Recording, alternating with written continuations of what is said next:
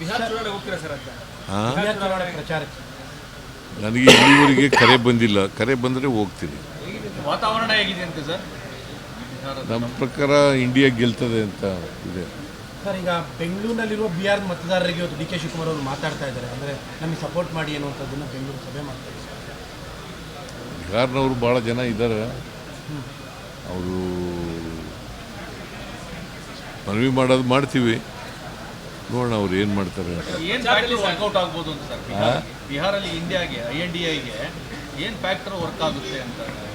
ಒಂದು anti incumbency, ಎರಡನೇದು BJP ಅವರ ಭ್ರಷ್ಟಾಚಾರ, ದುರಾಡಳಿತ, ಇವೆಲ್ಲ ಕಟ್ಟಾಗ್ತದೆ. ಬಟ್ ನಿಮ್ಮ ಗ್ಯಾರಂಟಿನೇ ನಿತೀಶ್ ಕುಮಾರ್ ಕಾಪಿ ಮಾಡ್ತಾ ಇದ್ದಾರೆ. ನಿತೀಶು 10,000 ಕೊಡ್ತೀವಿ ಮಹಿಳೆಯರಿಗೆ ಅಂತ. 10,000 ಒನ್ ಟೈಮ್. ಅದೇ ನಾವು ಪ್ರತಿ ತಿಂಗಳು 2,000 ಕೊಡ್ತೀವಿ. 1,24,000 ಮಹಿಳೆಯರಿಗೆ 2,000 ರೂಪಾಯಿ ಪ್ರತಿ ತಿಂಗಳು ಕೊಡ್ತಾ ಇದ್ದೀವಿ. ಅಲ್ಲ, ನಿಮಗೆ ವರ್ಕ್ ಆದ್ರೆ ಈಗ ಇಲ್ಲಿವರೆಗೆ ಸುಮಾರು 1,00,00,000 ಹೆಚ್ಚು ಖರ್ಚು ಮಾಡಿದ್ದೀವಿ ಗ್ಯಾರಂಟಿ ಯೋಜನೆಗೆ. ನಿಮಗಿಲ್ಲಿ ಮಹಿಳೆಯರು ಓಟ್ ಹಾಕ್ದಂಗೆ ಅಲ್ಲಿ ನಿತೀಶ್ ಕುಮಾರ್ಗೆ ಓಟ್ ಹಾಕ್ತಾರ ಅಂತ? ಎಲ್ಲಿ? ಅಲ್ಲಿ ಬಿಹಾರದಲ್ಲಿ ಅವರು ಅದೇ ಗ್ಯಾರಂಟಿ ಸ್ಕೀಮ್.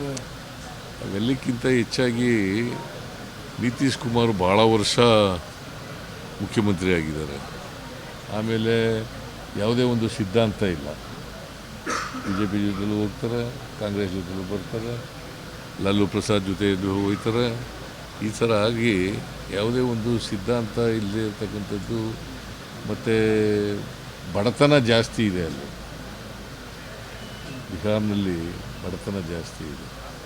ಸೊ ಹಂಗಾಗಿ ಹೆಚ್ಚಾಗಿ ಬಡವರು, ಹಿಂದುಳಿದವರು, ಅಲ್ಪಸಂಖ್ಯಾತರು, ದಲಿತರು ಎಲ್ಲ ಕಾಂಗ್ರೆಸ್ ಪರ ಓಟ್ ಹಾಕ್ತಾರೆ.